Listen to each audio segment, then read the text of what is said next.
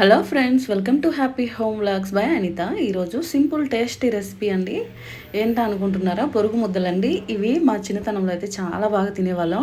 ఇప్పుడు అంతా లేస్లు కుర్కురేలు అవి ఇవి తింటున్నారు కదా, అవి అంత పిల్లలకి మంచిది కాదండి. ఎలాగైనా ఇంట్లో డైరెక్ట్గా చేసే ఫుడ్ ఏంటంటే హెల్దీ, టేస్టీ కూడా. పిల్లలు కూడా చాలా హెల్దీగా ఉంటారండి. అలాగే పెద్దవాళ్ళు ఎవరైనా తినొచ్చండి. బొరుగు ముద్దలు అంటే ఇష్టం లేని వాళ్ళు నాకు తెలిసి ఎవరు ఉండరు అనుకుంటా. ఈ వీడియో మీకు నచ్చినట్లయితే లైక్ చేయండి. దీనికోసం ముందుగా బొరుగులు తీసుకున్నానండి. ఈ బొరుగులు కొంచెం మెత్తగా ఉంటాయి కదా, వీటిని బాండెల్లో వేసుకొని కొంచెం క్రిస్పీగా అయ్యే విధంగా వేయించుకోవాలి. ఒక 2 నిమిషాలు వేయించినా సరిపోతుందండి. బొరుగులు అనేవి కొంచెం కరకరలాడే విధంగా వేయించుకోవాలి. చూసారు కదా, ఒకటి నలిపితే ఇలా పొడి అయిపోయే విధంగా వేయించి పెట్టేసుకోవాలండి. ఇలా వేగిన తర్వాత వీటిని ఒక బౌల్లో తీసి పెట్టుకోవాలి. ఈ విధంగా తీసి పెట్టుకున్న తర్వాత ఇప్పుడు అదే బౌల్లో 1 కప్పు నిండా బెల్లం తీసుకున్నానండి. దీనిలో కొంచెం వాటర్ యాడ్ చేసుకోవాలి. మీడియం ఫ్లేమ్లో పెట్టుకొని కొంచెం పాకం వచ్చే విధంగా చేసుకోవాలండి. ఈ విధంగా బాగా కలుపుతూ ఉండాలి. ఈ బెల్లం అంతా కరగాలండి. ఈ విధంగా కరిగి పొంగు వస్తున్నట్టు ఉంది కదా, ఇప్పుడు 1 టేబుల్ స్పూన్ నెయ్యి యాడ్ చేసుకోవాలి. ఈ నెయ్యి యాడ్ చేసుకోవడం వల్ల బొరుగు ముద్దలు అనేవి బాగా నీట్గా వస్తాయండి. పాకం అంతా బాగా దగ్గరకు వస్తుంది.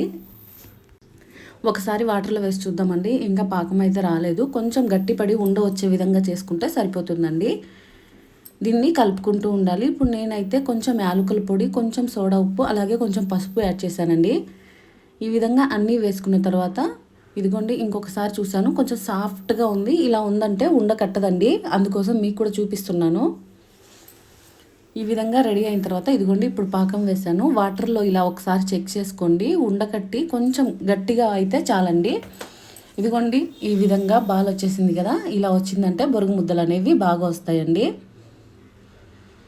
ఇప్పుడు స్టవ్ ఆఫ్ చేసేసి మనం వేయించి పెట్టుకున్నటువంటి బొరుగుల్ని కూడా యాడ్ చేసుకోవాలి.